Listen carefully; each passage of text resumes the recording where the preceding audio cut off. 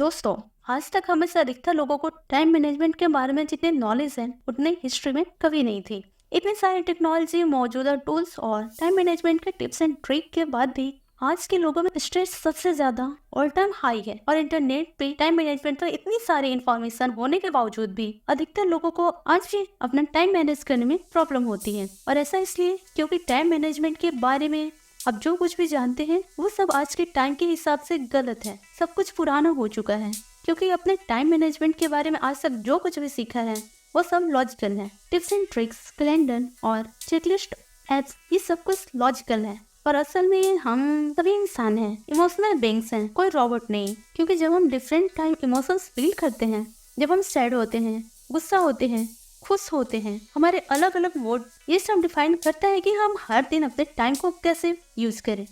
हम ऐसा क्यों कह रहे हैं, इस बात को अच्छे से समझने के लिए हमें टाइम मैनेजमेंट की हिस्ट्री की थ्योरी को समझना होगा, जिसकी शुरुआत 15 के दशक में हुई थी। ये टाइम था इंडस्ट्रियल रेवोल्यूशन का, जहाँ पर टाइम मैनेजमेंट के बारे में लोग वन डायमेंशनली सोचते थे। अपने टाइम को मैनेज करने का लोगों का पर्पस सिर्फ और सिर्फ एफिशिएंसी था, यानी कि कम से कम टाइम में ज्यादा से ज्यादा काम करना। जहाँ लोग अपनी टू डू लिस्ट को क्रिएट करते हैं और दिन खत्म होने से पहले उसे जल्दी से जल्दी कंप्लीट करने की कोशिश करते थे। जिसके बाद 18 में टाइम मैनेजमेंट थिंकिंग का दूसरा युग शुरू हुआ, जिसे द ग्रेट डॉक्टर स्टीफन कवी ने अपनी book 7 habits of high effective people के साथ शुरू करा, जहाँ उन्होंने दुनिया को टाइम मैनेजमेंट में ट्रिक्स से इंट्रोड्यूस करवाया, जिससे हम अपने टाइम को मैनेज करने के बारे में 2 डायमेंशनली सोच सकते थे। 2 dimensionally thinking, solution and prioritising, यानी एक तरफ था कि हमारे लिए क्या इम्पोर्टेंट है और दूसरी तरफ कौन सा काम सबसे ज्यादा अर्जेंट है। जिसके बाद से लास्ट 40 इयर्स तक हम इसी सिस्टम पे काम कर रहे हैं। जो टास्क हमारे लिए बहुत ज्यादा जरूरी है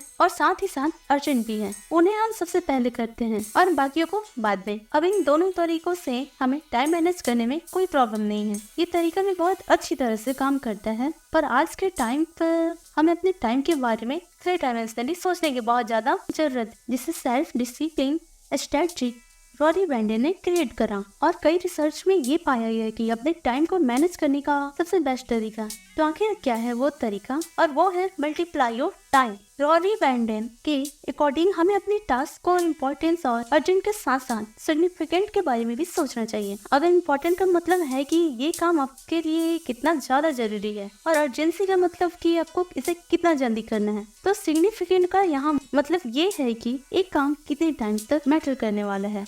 इस 3 डायमेंशनल अप्रोच से अपने टाइम को मैनेज करने वाले लोगों को रॉरी वेंडन ने मल्टीप्लायर कहा है। इसे आप बहुत ही आसान एग्जांपल से समझ सकते हैं। दोस्तों, जब भी हम अपनी टू डू लिस्ट बनाते हैं तो हम ये सोचते हैं कि मेरे लिए आज सबसे ज्यादा क्या जरूरी है। वही एक मल्टीप्लानर सोचता है कि मेरे लिए आज सबसे ज्यादा क्या जरूरी है कि जिससे मेरा कल अच्छा हो जाएगा। यानी आप अभी अपना टाइम कहाँ इन्वेस्ट कर सकते हैं जिससे फ्यूचर में आपका टाइम बच जाए। इसे आप अपने टाइम को मल्टीप्लाई करना सीख जाते हैं।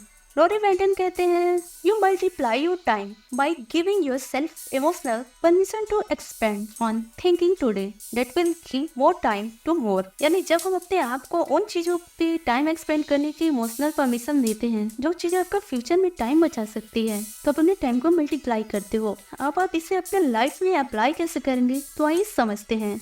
इसके लिए हमारे पास एक प्रैक्टिकली प्रूवन मेथड है। दोस्तों, ज्यादातर लोग क्या गलती करते हैं, असल में वो भी टाइम मैनेजमेंट का वीडियो देखकर फटाफट अपने अगले दिन का रूटीन बनाने लगते हैं और सोचते हैं कि बहुत ही अच्छे से इसे फॉलो करेंगे, जो कि गलत तरीका है। आपको कोई नया रूटीन बनाने की जरूरत नहीं है। आपको बस अपने पुराने रूटीन को रिकॉर्ड करना है, उसे अच्छे से एनालाइज करना है और फिर उसमें इस 3 डायमेंशनल थिंकिंग के हिसाब से चेंज करने हैं। यही है बेस्ट मेथड, जो कि 3 सिंपल वर्ड रिकॉर्ड, एनालाइज और चेंज से बना है। तो हम चाहते हैं कि जब आप इस ऑडियो को सुनने के बाद उठें तो अपने टाइम को नोटिस करें कि आप कब उठें, आपने कब ब्रेकफास्ट करा, आपको रेडी होने में कितना टाइम लगा, और जैसे जैसे दिन बीतता जाए हर एक टास्क के टाइम को रिकॉर्ड करते जाओ। अगर आप टाइम वेस्ट भी कर रहे हो तो उसे भी रिकॉर्ड करो कि आपने कितना टाइम वेस्ट करा और कितनी देर काम करा, और फाइनली कब सोने गए। इसे चाहो तो आप 2-3 दिन तक रिकॉर्ड कर सकते हो, जो आपको और भी अच्छा रिजल्ट देगा। वी नो कि ये करना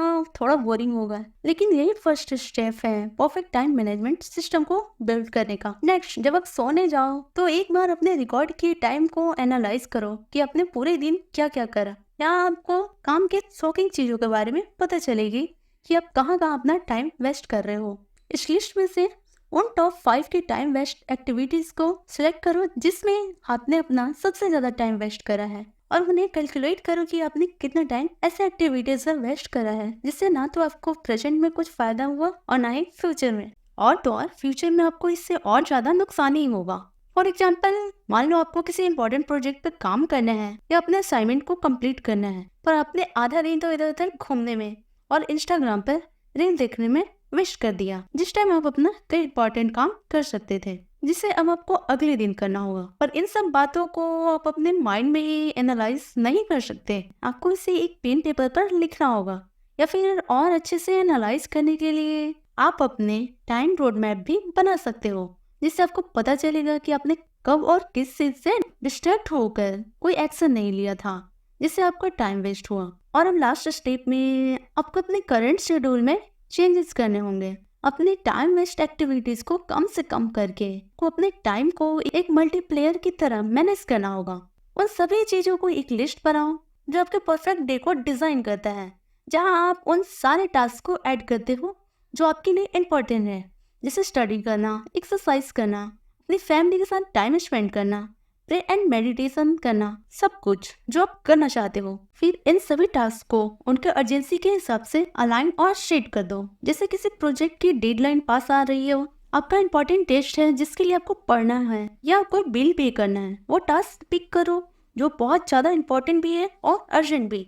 और लास्टली अपनी प्रायोरिटी लिस्ट में सबसे ऊपर उन टास्क को रखें जिसको करने से आपका फ्यूचर सेल्फ आपको आकर थैंक यू बोले, और आज उस काम को करने से आप अपने फ्यूचर में बहुत ज्यादा टाइम बचा लोगे। लिस्ट तो हो गई कि आपको क्या क्या काम करना है, पर इन्हें कब करना है ये सबसे ज्यादा जरूरी है। हम जानते हैं कि अपने काम को प्रैक्टिस करने के बाद भी जब काम को एक्चुअली में करने की बारी आती है तो हम प्रोक्रेस्टिनेट करने लग जाते हैं।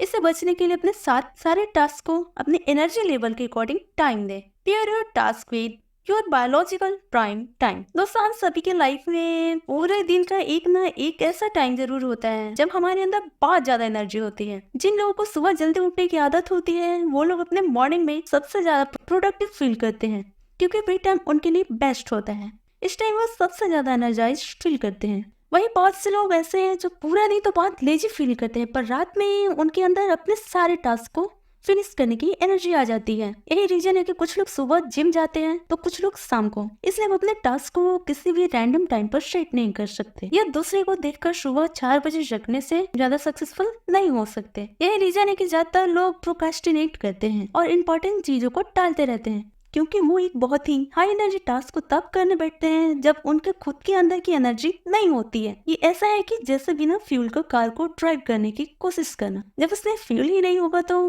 कार आगे बढ़ेगी ही नहीं। इसलिए आपको यह देखना होगा कि आप दिन के किस टाइम पर सबसे ज्यादा एनर्जाइज फील करते हैं और कौन सा ऐसा टास्क है जो आपको सबसे ज्यादा एनर्जी डिमांड करता है, और दिन का वो कौन सा टाइम है जब आप सबसे ज्यादा लो एनर्जाइज फील करते हैं। आपको अपने हर टास्क को उसके एनर्जी के डिमांड पर सेट करना चाहिए। तो कैसी लगी ऑडियो कमेंट्स में जरूर बताएं। Subscribe and share.